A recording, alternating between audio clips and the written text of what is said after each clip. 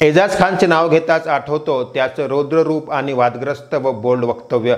मात्र सध्या तो उल्लू एप्सवरील दाखवणाऱ्या हाऊस अरेस्ट या शोमुळे जोरदार चर्चेत आहे।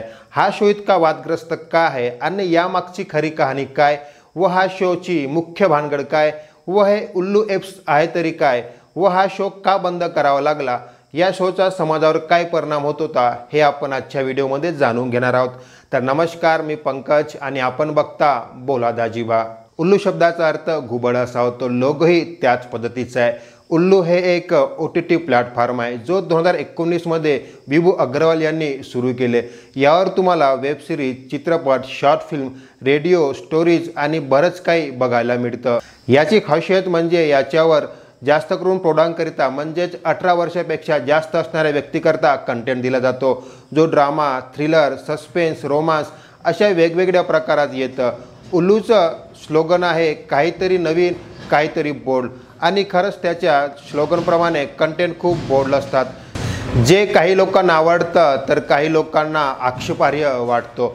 याच्यावर तुम्ही पहिले 4 वेब सिरीज किंवा चित्रपट फ्री बघू शकता, पण पुढचं कंटेंट बघायला आपल्याला सबस्क्रिप्शन घ्यावं लागतो। सबस्क्रिप्शनचे प्लॅन 5 दिवसापासून ते 1 वर्षापर्यंत असतात आणि किंमतही तशी परवडणारी आहे।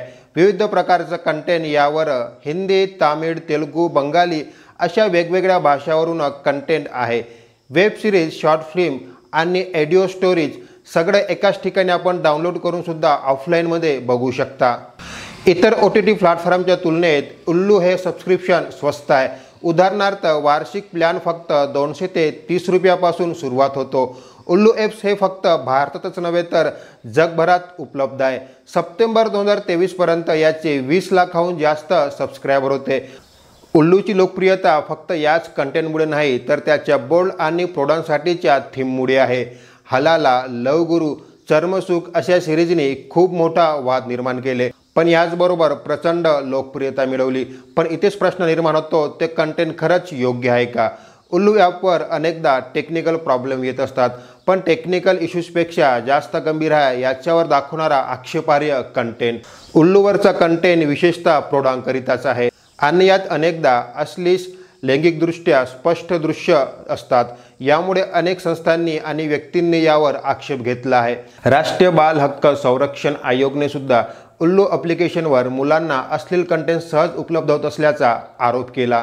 यात कोणतेही मजबूत KYC किंवा वय तपासणीचा पर्याय नसल्याचे त्यांचं म्हणणं आहे। राष्ट्रीय महिला आयोगाने सुद्धा 2025 मध्ये उल्लूला एक समन्स पाठवले होते व त्याचा कारण दाखवण्याचा नोटीस दिला होता, कारण त्यांचे हाऊस अरेस्ट सिरीजमध्ये महिलांना अपमान करणारं आणि धार्मिक भावना दुखावणारं कंटेंट आहे, असा त्यांचा आरोप होता। काही युजर्स आणि सामाजिक कार्यकर्त्यांनी असंही म्हटले की उल्लूवरचं कंटेंट भारतीय संस्कृती आणि नैतिकदृष्ट्या विरोधात आहे आणि यामुळे तरुण पिढीवर वाईट परिणाम होत आहेत। याशिवाय उल्लूचे CEO विभू अग्रवाल यांच्यावरही 2011 मध्ये लैंगिक छळाचा आरोप झाला होता, यामुळे त्यांच्या प्रतिमेवर परिणाम झाला होता।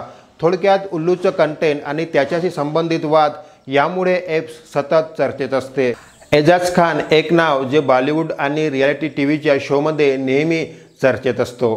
बिग बॉस 7 मधील त्याची एंट्री, त्याचे बोल्ड स्टेटमेंट आणि त्याचा बिनधास्त बोलणं व कडक स्टेटमेंट यामुळे तो नेहमी चर्चेत राहिलेला आहे। परंतु गेल्या काही वर्षात एजाज अनेक वादामध्ये अडकला आहे, मग तो त्याच्या सोशल मीडियावर पोस्ट संदर्भात असो किंवा इतर प्रकरण।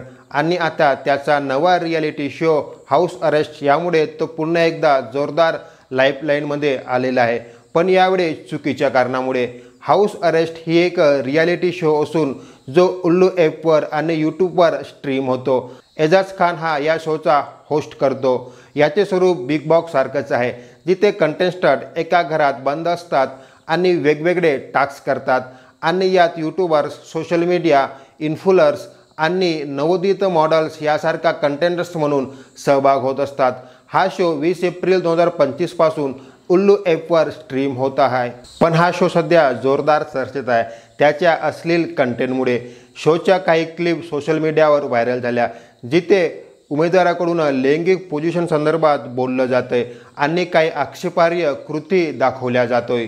महिला उमेदवाराकडून त्याच्या अंडरगार्मेंट्स काढण्यास सांगितलं जातं व उमेदवारांना कामसूत्रातील लैंगिक पोझिशनाविषयी दाखवण्यात येतो आणि त्याबद्दल त्यांच्याशी चर्चा केली जाते। एका क्लिपमध्ये जेव्हा एका महिला कंटेंट म्हणते की तिला लैंगिक पोझिशनविषयी माहीत नाही, तेव्हा एजाज खान हैराण होऊन विचारतो, तुमने एक्सपेरिमेंट नहीं किया क्या?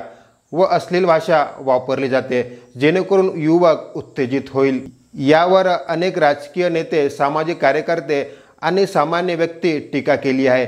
शिवसेना खासदार प्रियंका चतुर्वेदी यांनी या शोवर बंदी घालण्याची मागणी केली आहे।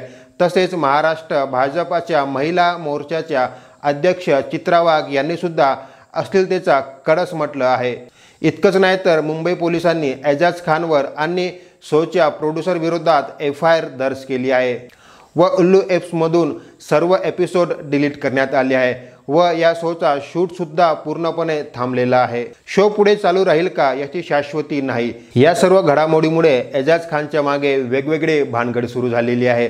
दुसरीकडे काही लोकांचं म्हणणं आहे की हा शो प्रौढांसाठी आहे आणि त्यात काहीच गैर नाही, पण प्रश्न असा आहे की हा शो खरंच प्रौढांसाठी आहे का? याचा समाजावर विपरीत परिणाम होतो का? असा अनेक प्रश्न अनेक व्यक्तींनी केलेला आहे। उल्लू ॲप्स हा मोठा वादग्रस्त ॲप्स ठरलेला आहे। यापूर्वीसुद्धा उल्लू ॲप्सवर अनेक मोठे प्रश्न निर्माण झालेले आहेत। यावर असणारा कंटेंट विशेषतः 18पेक्षा अधिक युवकांसाठी असतो, मात्र त्यात वय तपासणी करता किंवा KYC करता असा कुठलाही ठोस पुरावा विचारला जात नाही। या शोवर बंदी घातल्यामुळे एजाज खान व उल्लू ॲप्लिकेशन मोठा चर्चेचा विषय बनलेला आहे। याविषयी आपले काय मत आहे हे आपण कमेंट्स करून नक्की सांगा। जरी माहिती आपल्याला आवडली तर आपण एक लाईक, शेअर, सबस्क्राईब नक्की करा।